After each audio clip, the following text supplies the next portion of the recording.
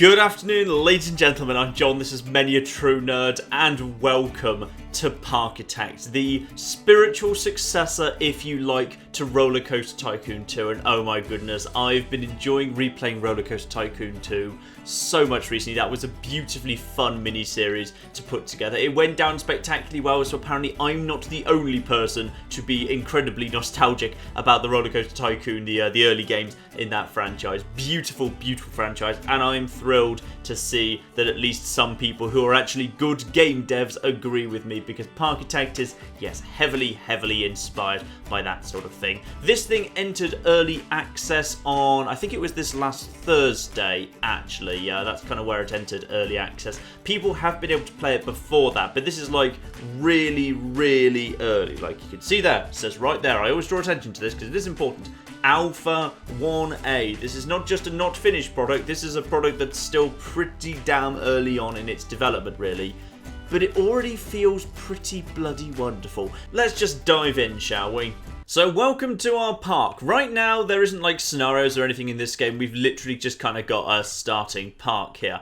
And a massive, great, open space to deal with. Kind of like the first level of Rollercoaster Tycoon 1, actually, which was basically, I forget what it was called now, but yeah, that was basically just a massive open space too. So we're basically just in a sandbox mode at the moment. There's no scenarios, there's no kind of challenge, there's no actual objective or anything. We are just building for the sake of building. Luckily, I am more than happy with that. Let's get going, shall we? And you may well notice a fun little design choice which it shares with Rollercoaster Tycoon here, which is when there's nothing actually in your park is indeed silent. Who are you, by the way? You're our first guest. You came in here. Teresa White, you came all this way out into the middle of nowhere purely to visit this park that's got literally nothing in it. Beautiful. So lay down a tiny bit of extra path there, but let's give these people a basic ride to start off with. So let's get them a Ferris wheel. It's basically just, yeah, slap it down, spin it around with space, slap it down wherever you feel like. That'll do very nicely.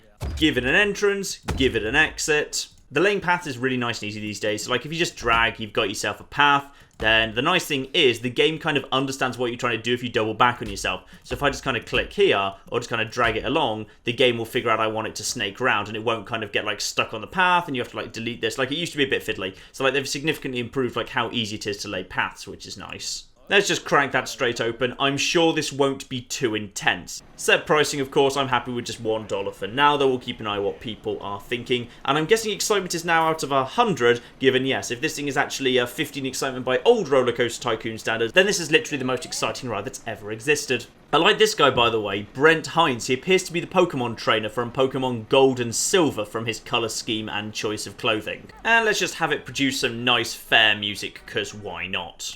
So I've just shortened the path a little bit there because I kind of want, like, at the entrance to my park, I want a little kind of, like, entrance main street kind of thing. So it's kind of a really just nice, pretty entrance. That's kind of what I want to start off with. So let's kind of build one of them first. So a nice info desk right by the start, I'd say. Yep, that can be right there. Hopefully that's selling maps. Yep, indeed sells park maps, not umbrellas. Are they in a separate thing? Blimey. The nice thing is, by the way, stores don't need to be, like, opened or closed or anything. They just sort of, you know, figure out if you've put a stall down, you probably actually would prefer to have it open immediately. Though it probably doesn't have any stock right now. Yeah, this is one of the new things about staff. So staff over here, rather than the janitors and mechanics and security guards and entertainers you're all very used to, there's also haulers. So we'll probably hire one of those guys. If you hire him, he just kind of pops up here and he'll make his way to the park. Then you can just kind of grab him like you always used to and just kind of dump him somewhere, which is nice. No, at least one park map has been sold for the people who feel they really need a park map right now. Interesting. And some people are flagging. Beautiful. So we've got a store, we've got a ride. Let's just quickly shove some benches down here. So what's my favourite kind of bench? I think just some basic benches will work just fine here. We'll just kind of slap a couple of benches down so people who are tired can have a seat. So let's give these people some food along this little shopping street here. So we can just slap down some burgers. And right now, yeah, you can see. So that definitely doesn't have stock. So the hauler will now presumably, if I can just get him for a second. Yeah, the game's a little bit funny about like which menus you are and aren't allowed to have open simultaneously. So she is delivering cheese to burgers, because burgers need cheese. In fact, burgers need several things. You can really micromanage, by the way. It's quite good. So yeah, when there's the burger stall, it sells fries, and you get to kind of determine, like, how much salt versus how much condiments and such is available. So right now that's full. But if you want to give people like worse quality but cheaper chips, you can spend 7 cents rather than 10 cents on salt per portion of fries. The fries will be worse, but the profit margin will be a little bit better. Because you're selling the fries for $1.75, and then you've got potato, which apparently a potato is stuck costing 50 cents. Salt costs 10 cents, but you can, it's raining. I think we know what that means. Overpriced umbrellas for everyone. Oh my goodness, hauler. For goodness sake, stock the umbrella stall. Stock the umbrella stall now. This is something I actually quite like, by the way, because unlike in Rollercoaster Tycoon, you can't just kind of slap down like tourist information everywhere the moment it starts raining. You actually need to have kind of planned for it a little bit, because things actually need to be stocked after you've slapped them down.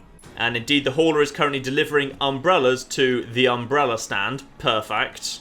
And I'd love to get an umbrella, but umbrellas is out of stock. Won't be in a moment, people. Won't be in a moment. Let's just keep it raining until the hauler gets in. There he goes, and the umbrella store is now open! This is how things work, by the way. It's a little bit different.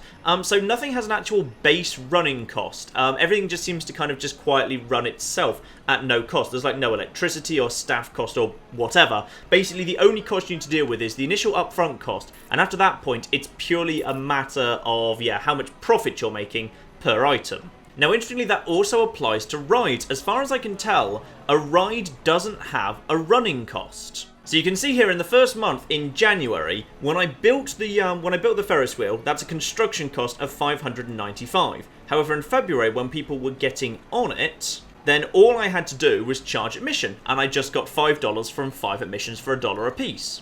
But after that, there was literally no running cost for anything. So a ride can't make a loss in this game. The worst thing it can do is make nothing and then not make its money back. So it's a little bit more forgiving than Rollercoaster Tycoon was, because there was a real possibility that gentle rides or badly placed rides in the original Rollercoaster Tycoon could actually make an actual loss. And that can't really happen anymore.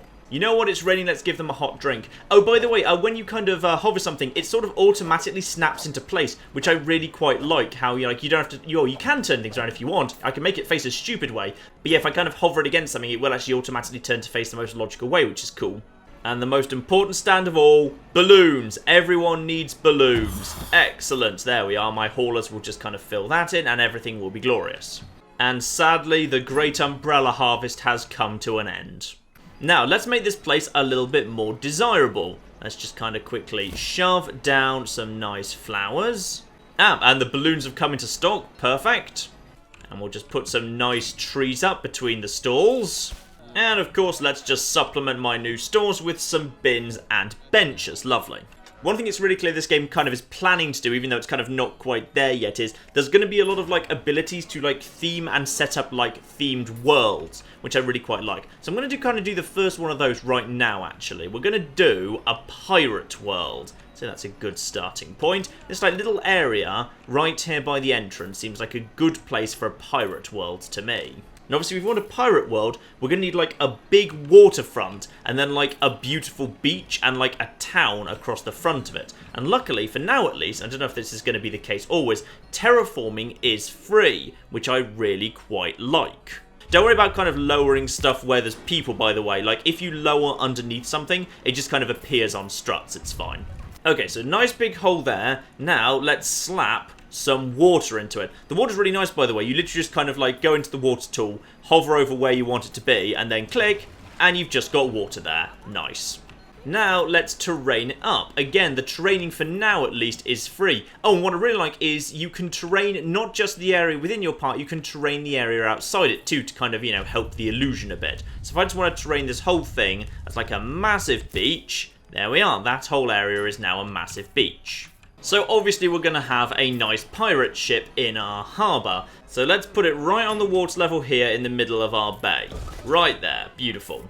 So just lay down some quick paths, build ourselves a nice little kind of stylized wooden or dirt path at the beginning of Pirate World, and create ourselves a nice pirate ship here, floating in the harbour. Lovely. Now, I think I saw someone wandering around clinging their bladder like they desperately want to go to the bathroom. Ah, yes, indeed, I have forgotten to put toilets down. There you go, you fussy plebs. So let's have a look at our Ferris wheel. Apparently 6 people are not paying that much. Well, that seems fair to me. Let's just change that to 75 cents and see how people respond to that instead. Got a nice little price cut now. Meanwhile, we've got a whole queue of people just desperately bursting to go to the bathroom. But you know what? They'll settle for going on a pirate ship if they have to. Now let's just quickly make some nice little buildings along the waterfront here to kind of disguise the road.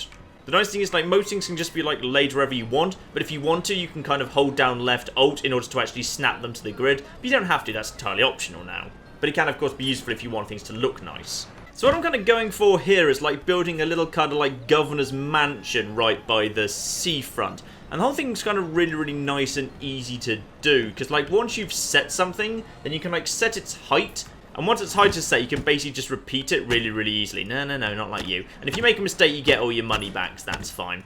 And just paint the terrain inside so it actually looks kind of like it's actually inside, which I quite like. And the nice thing about these sorts of buildings, by the way, is they can just contain shops. So, for example, let's put a hot dog shop right here inside the mansion. So we'll just slap that down in there. And an ice cream shop here. And we can totally have souvenirs from Pirate World in there as well. So in a moment, the hauler will get those done, and they will all crack open immediately. Though, speaking of my hauler, he's probably a bit tired by now, because I haven't actually given him a staff room, which is a nice thing to give your staff. It's kind of new, like right now, if you go into the utility buildings, there's literally only that. So I'm guessing there will be more in time. So we'll just put that back here, hidden behind this here fir tree, and create one of the employee-only paths that exist in this game. So now there is an employee-only path leading up here. Though apparently that was unfortunately too big and kind of thus destroyed the fir trees. That's fine, we'll just put a few more trees up here to kind of mask this. So whenever my hauler gets tired, he can now just go and have a rest, and I assume get his tiredness away faster. One thing you may be thinking is the colours don't look like they work very nicely. That's what the paintbrush feature is for, and this I really quite like. If you want a world to all be like a particular colour scheme, it's relatively easy to arrange. So you just kind of go into the brush tool, select yourself what you want to be kind of like the main colour. So if I want kind of like a nice kind of orangey red, that's kind of... maybe a bit brighter than that, perhaps. Something more like that, yeah. And then as like a secondary colour, we could like have a nice yellow. That's good. And then we just start painting to make that a little bit more red, I think. It's kind of a nice, a warmer red. That's kind of what I want. That's quite nice, yeah. So you just kind of go along here, and you just paint this. And if you want to, you can make these things do exactly the same, which is really, really nice. And then you can see you've got like the primary colour and the secondary colour, so like all the different things happen. And you can do the same thing with, for example, the queuing system. And if you really want to, the rides themselves. So in this case, I've put like a third and fourth colour on too, and now we've got ourselves, yes, we've got a red galleon with kind of the yellow rigging, and the rest of the supports are this kind of blue colour to kind of fade into the water a bit more nicely. So yeah, you can kind of have your whole area stylised. You can't do it to 100% of things. Like, the thing you can't do it with is actually shops. You can't stylise shops, which is a bit annoying. So if you want your shops to fit in, therefore you need to kind of build them into little buildings. I just added an extra floor onto the top, by the way, because it was bugging me. I didn't like the way that looked. So right now the number of trees is a bit limited. I'd love to kind of shove some like palm trees dotted around here, but right now there aren't really the options to do that. All I can really do is, yeah, just kind of pop some rocks around into the water just to kind of give the whole area just a bit more kind of colour.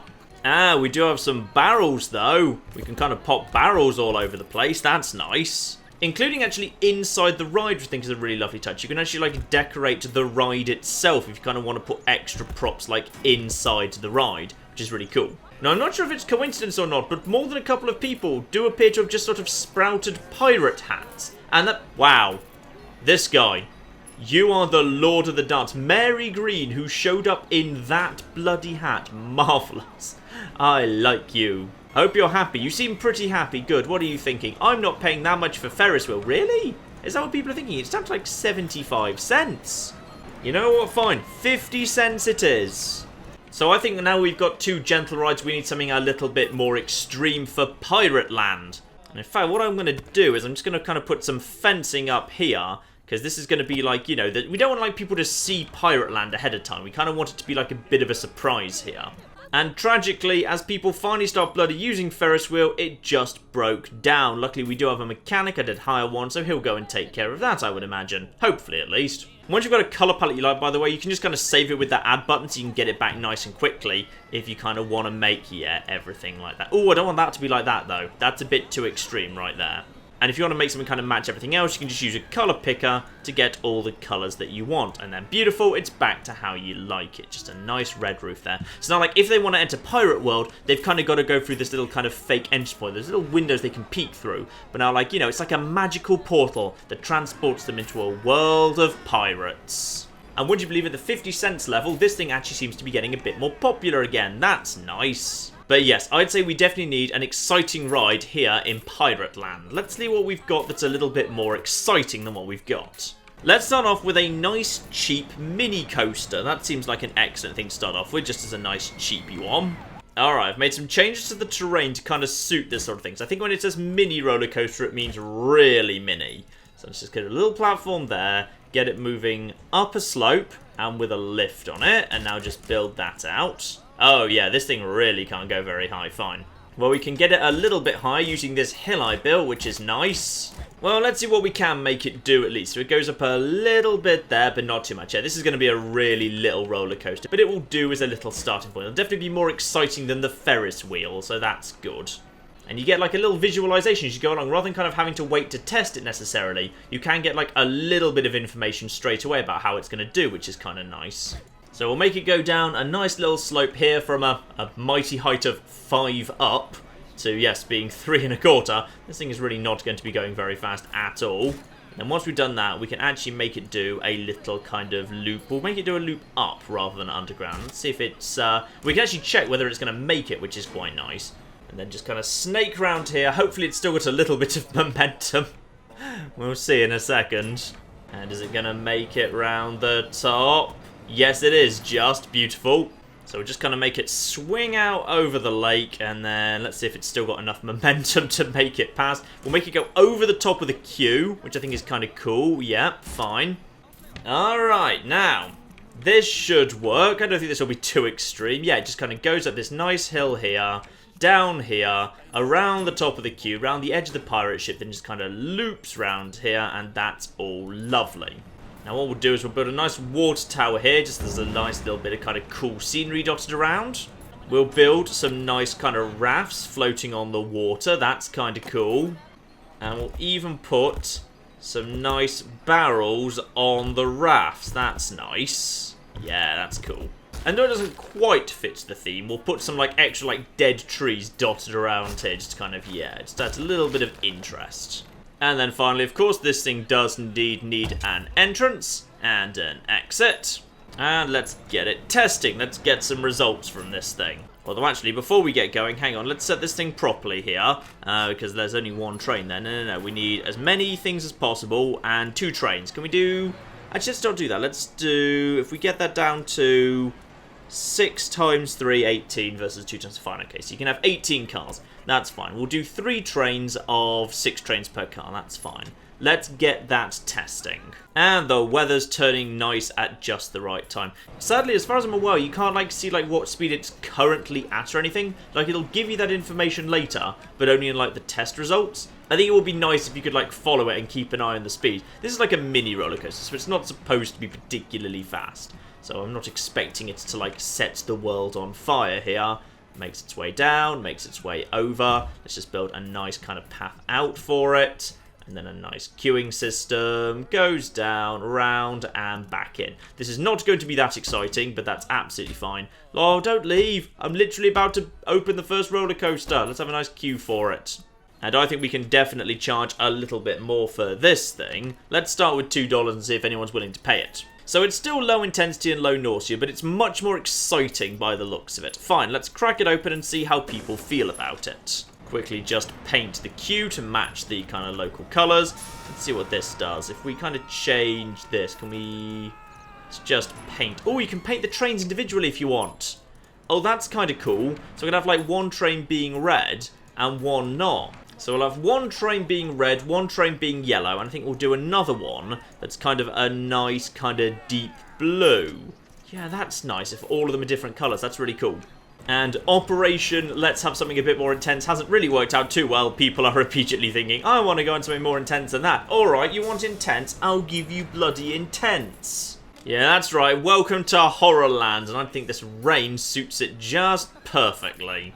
But you know what the truly horrifying thing is? The price of umbrellas gets put up during rainstorms! Ha ha ha ha! Because terraforming's so easy to do, I kind of like the idea of like Horrorland being this really oppressive place where you're like surrounded by like walls and hills. That I think works quite nicely.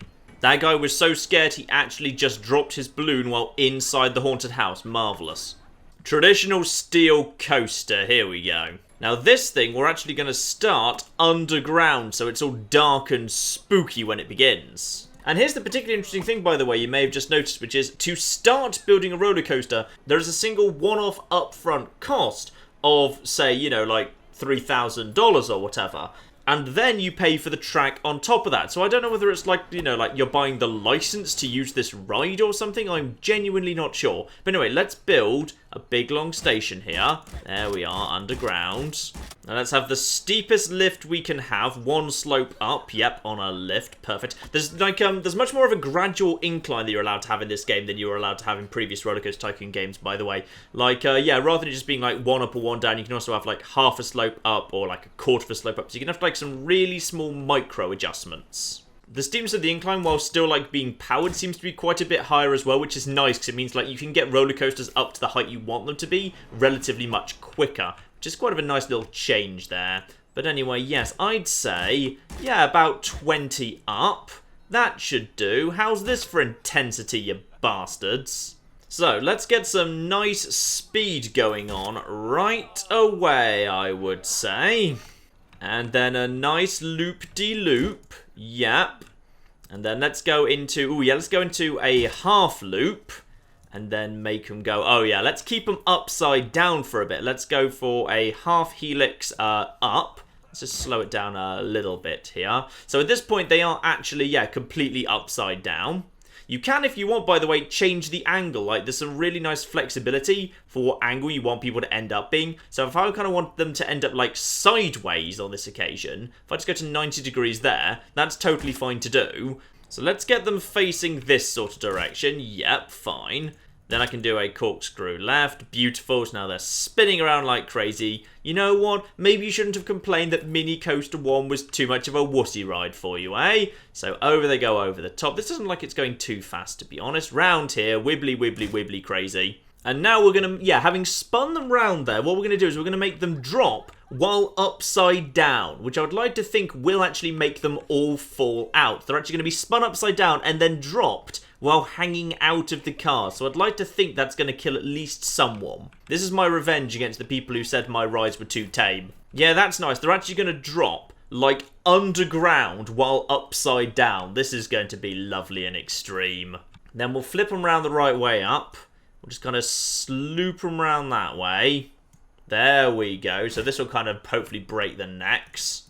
So let's just keep an eye on that. This is going to go, yeah, wibbly wibbly, upside down, ridiculous doom drop, straight back up the other end, down and round the corner. I think this is going to be towards the end of the ride now. Mainly because we're massively in debt. I've kind of spent all of the money on this thing, yes.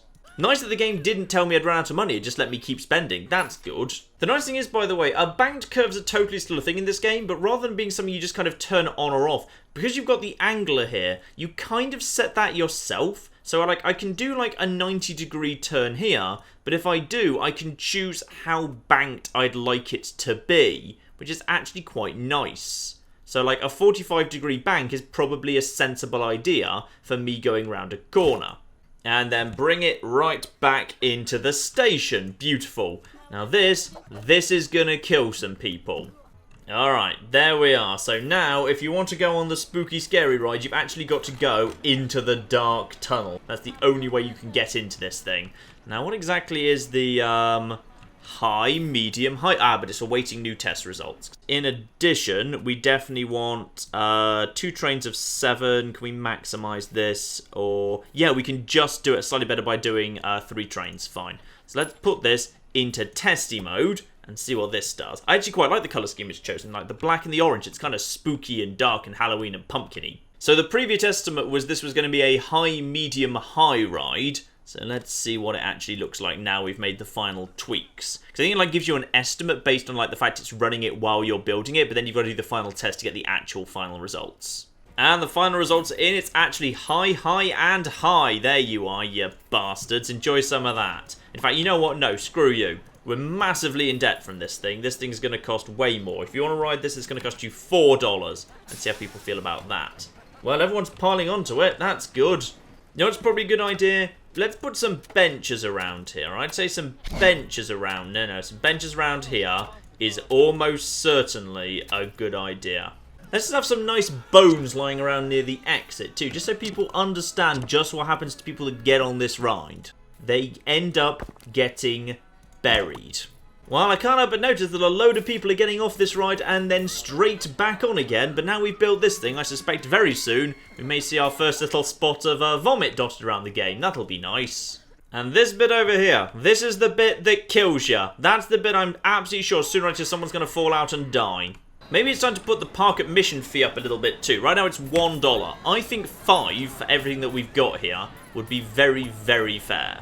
Park finances are kind of cool as well, by the way. You get like a really simple like way of visualizing it, which is like, yeah, for each given month, like wherever you are. So right now we're still in January, though I don't think you can tell what date it is. Yeah, it tells you like, you know, how much food and drink have you sold, and thus how much has it taken to restock. Because like if you restock, that's the only way that shops take on debt, because they sometimes need to resupply. So you buy the supplies up front, and then after you've bought the supplies, then at that point you can just keep selling. So like occasionally shops can make a loss based on resupplying costs, but that's the only way they can do so. But then yeah, you'll make a profit off shops. Rides, once they've been built, the construction costs all go against, those go against other. So I don't think there's any actual way for rides to physically make a loss.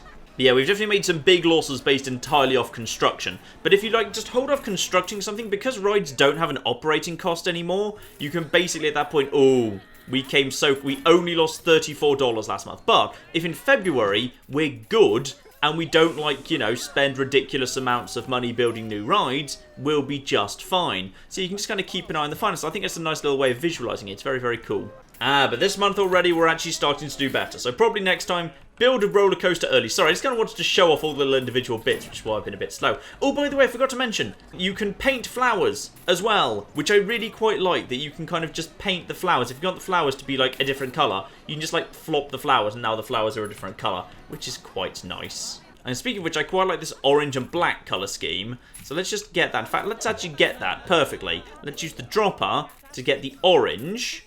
And now we've got that, we can take that colour scheme and we can apply it to the rest of the park. There's some things you can't do yet, which I think it will be nice when you will be able to do. Like, you can change, like, the queue colour there, but as far as I can tell, you can't actually do, like, the boxes, but I imagine you will be able to in time.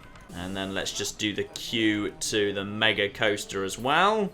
It's one thing I really do like, by the way, because it just lets you create, like, a properly themed area, which, like, so, you know, you can have, like, in the orange and the black, the kind of the creepy zone, where, like, the paths are underground, there's the haunted house, or over here you can have the much, like, lighter, brighter, like, pirate adventure with its, like, kind of, like, built-up houses, and, like, the little kind of governor's mansion, where you've got, like, the food inside, this like, the little roller coaster. And this one's kind of more for kids, I think. This area's kind of more for, like, older kids and teenagers, with, like, the scary, spooky house and the big roller coaster. And the game's actually really up for you doing that sort of thing, by the way, because there's a nice little system of zoning. Now, zoning lives in terraforming, and quite simply, you just kind of take an area and you say, this is now a particular zone. So just let's drag over the whole of Pirate Land here.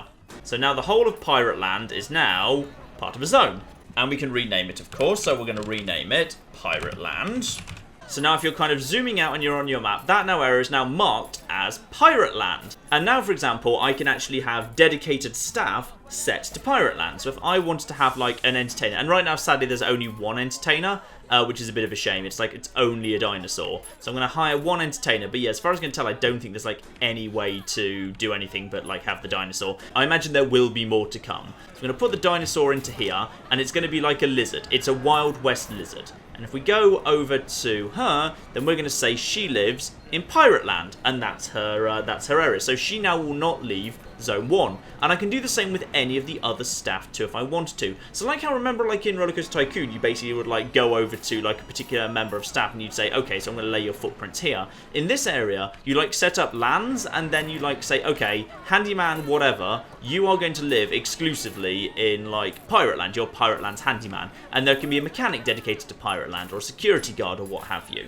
So it really just kind of lets you like set up like lands. It just kind of, I just like the way the whole game's set up to encourage you to like set up little kind of like lands and areas and stuff and have like themed areas. It's really, really cool. Right now there's like very limited theming. Like pretty much all of those assets in the Spooky Land is like the Spooky Land's got the most assets currently in the game, and that's like pretty much all we've got. And like the textures could ideally be like a bit more varied, and you know, I'd love to be able to add like, you know, a bit of smoke and like some animatronics and stuff like that. So right now it's a bit limited, but you know, obviously that will all come in time. So you can kind of like, you can use like the pirate theming to do like a pirate world, and you can do like the spooky theming to create like a spooky world. And I like having like little entrances as well where they've got proper entrances. So I kind of use this like little covered entrance here to say like this is where Spooky Land is. And then you've got kind of like Pirate Land over here, where because you've kind of got the Governor's Mansion, you've got like a little kind of Governor's Mansion little entrance point as well. Where the heck is the janitor got himself to? There's litter everywhere.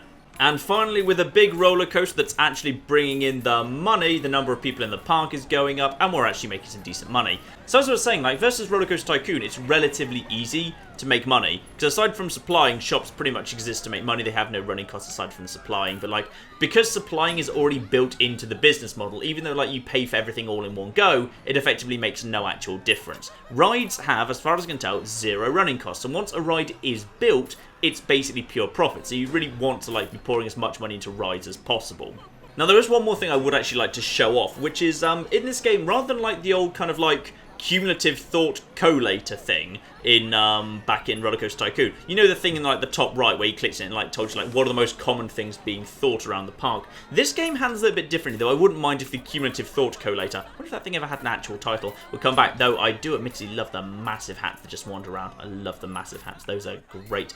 Yeah, I think that instead this game does things a little bit differently, which is a kind of with the view system. So obviously you've got the kind of, you know, traditional underground, hide scenery, whatever views. However, what you also have is, ooh, visualization trash. That's kind of cool, so you can see if there's trash anywhere, and if there's a trash somewhere, you can actually like see if you need a new janitor. That's really cool. I haven't really tried that one out yet. No, you use the people meter.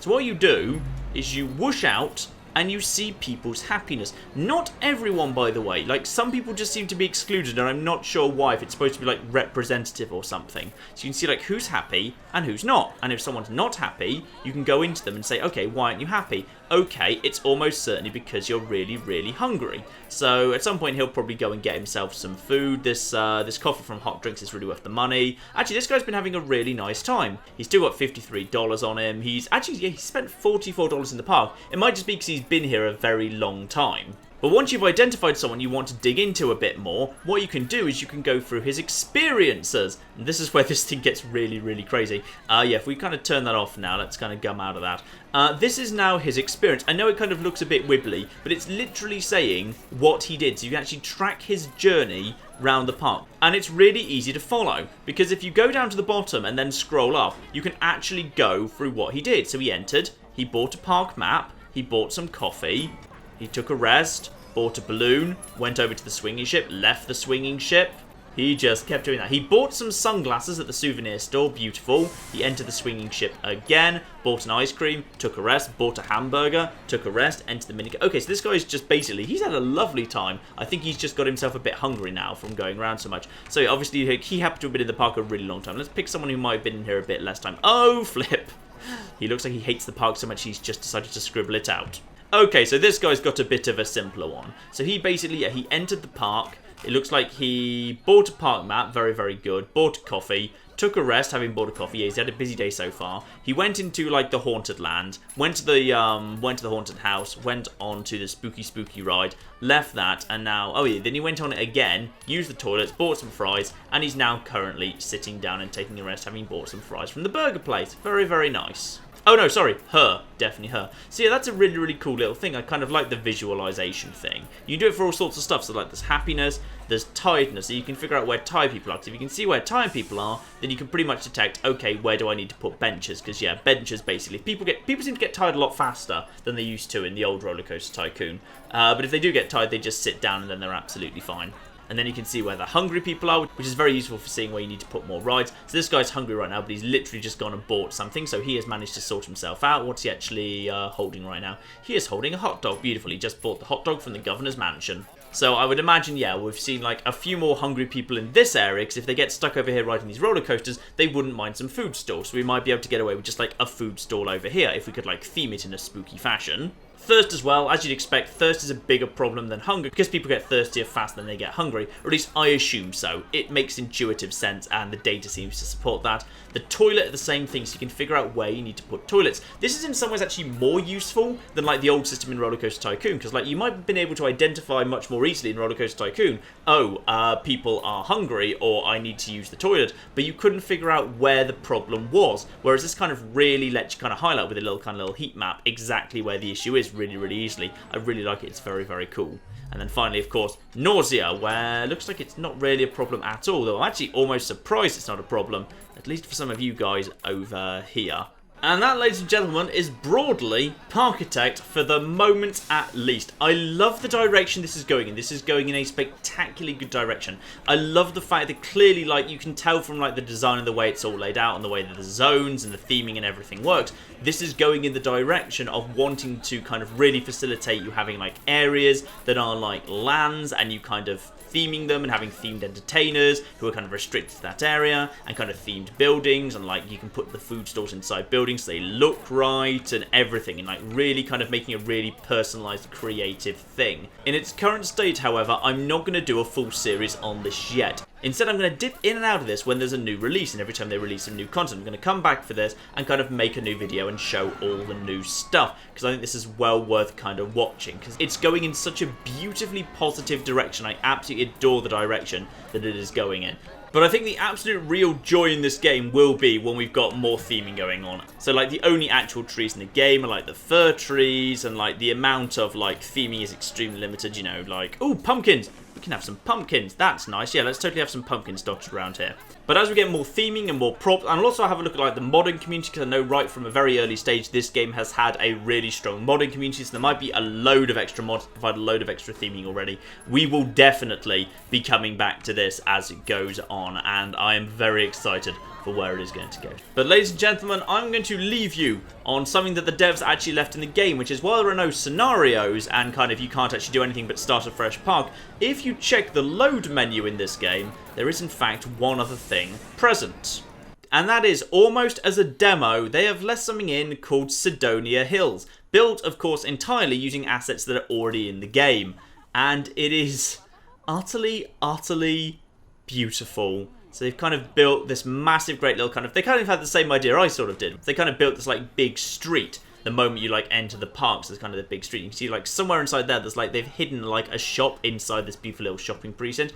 You can tell because, like, it's got the I'm running out of stock thing. And if we zoom out, we get the full scale of this sort of thing, ladies and gentlemen. And again, this has been built into the default map. So what they've done is they've kind of, you know, they've used the terrain tools to actually put a river running through the park, and then there's the twist and like a merry-go-round. They've built this big roller coaster that loops all over the shop, and then there's like thrill rides, and they've kind of done the there's kind of some Roman theming going on over there. So clearly, like, you know, between like the pillars and like some of the recolored rock textures, you could kind of do some Roman stuff over there. And there's like a slide. They've kind of double width paths, and I've been kind of watching the people. They seem to navigate on like wider paths much better than they always used to back in Rollercoaster Tycoon 1 and 2. So you can have wider paths in your park really, really easily, and oh my goodness, it's just beautiful. So absolutely no doubt in my mind that you can create something really rather pretty if you have the inclination to do so in this game, ladies and gentlemen. Once you've got some scenarios, some theming, whatever, I will definitely be dipping back into this, because this looks utterly, utterly gorgeous. I love the style, I love the direction it's going in. It's utterly brilliant. So yes, one to watch, I will be watching it, and we will definitely be back in this when there is some more content released for it. But in the meantime, ladies and gentlemen, I've been John. It's been many a true nerd, and this has been the just as promising as I hoped it would be, Parkitect. Thank you very much, and goodbye. What the hell? Alright, we've now got a Scottish zombie travelling with us. Oh, he's actually quite good now. And he's got over his drinking problem, which is... Oh, he eats human flesh. He's got some decent carrying capacity. Okay, fine, he eats people, but come on, let's not be flipping judgmental about this.